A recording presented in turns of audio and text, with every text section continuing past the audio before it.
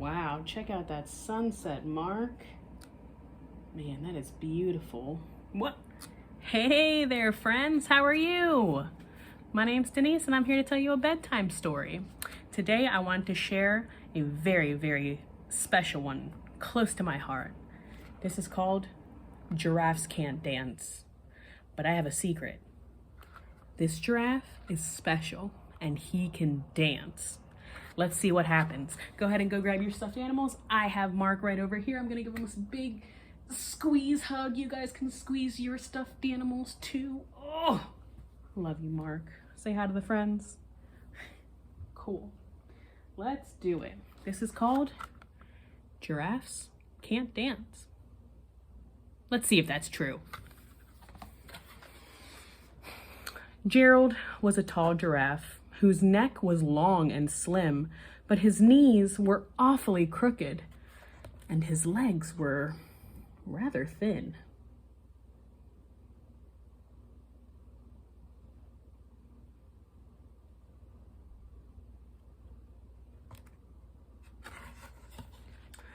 He was very good at standing still and munching shoots off trees, but when he tried to run around, he buckled at the knees.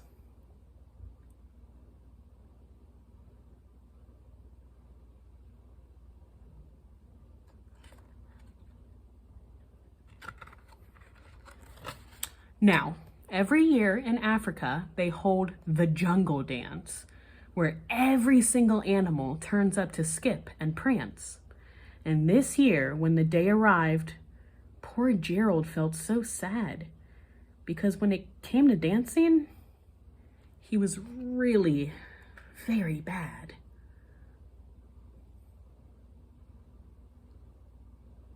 Look at all those animals that showed up.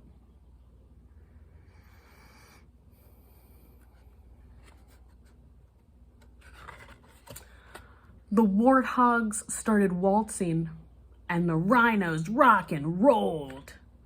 The lions danced a tango that was elegant and bold.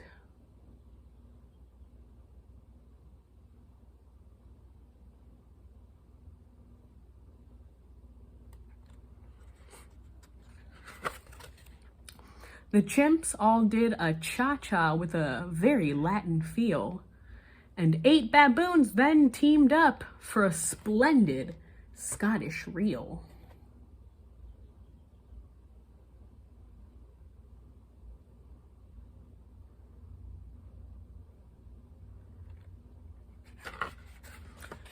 Gerald swallowed bravely as he walked toward the floor, but the lions saw him coming, and soon they began to roar. "Hey, look at clumsy Gerald," the animals all sneered. "Giraffes can't dance, you silly fool. Oh, Gerald, you're so weird." Oh, those animals are mean. That's not very nice. Gerald simply froze up. He was rooted to the spot. "They're right," he thought. "I'm useless. Oh, I feel like such a clot." So he crept off from the dance floor and he started walking home. He had never felt so sad before. So sad and all alone. Poor Gerald.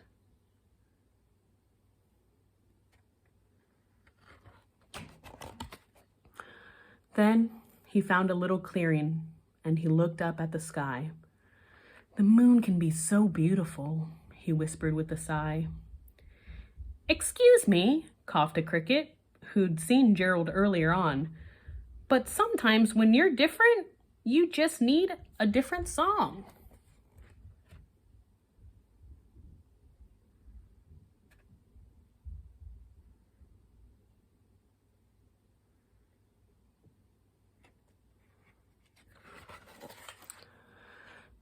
Listen to the swaying grass and listen to the trees. To me, the sweetest music is those branches in the breeze. So imagine that the lovely moon is playing just for you. Everything makes music, if you really want it to.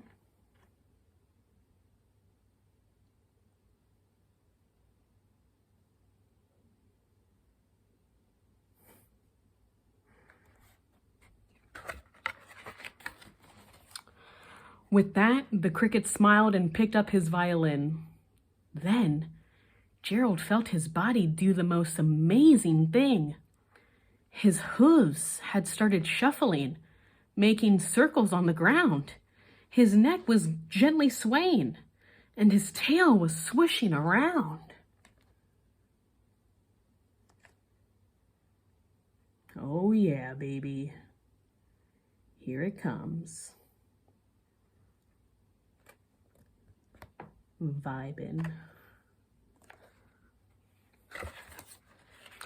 He threw his legs out sideways and he swung them everywhere. Then he did a backward somersault and leapt up in the air.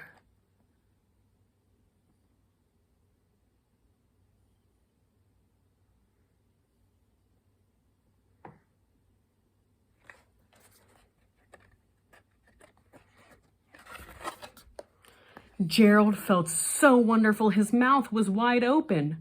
I am dancing, yes, I'm dancing, I am dancing! He's so happy.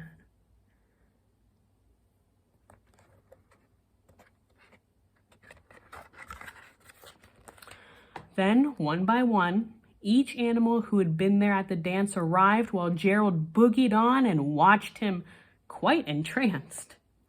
They shouted, "It's a miracle! We must be in a dream. Gerald's the best dancer that we've ever seen." Oh yeah, looking like my dance moves here. Love it.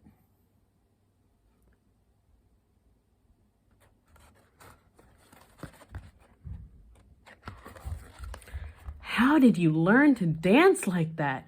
Please, Gerald, tell us how. But Gerald simply twirled around and finished with a bow.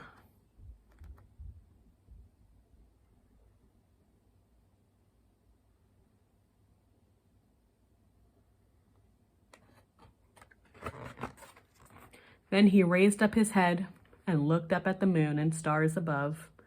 We all can dance, he said, when we find music that we love.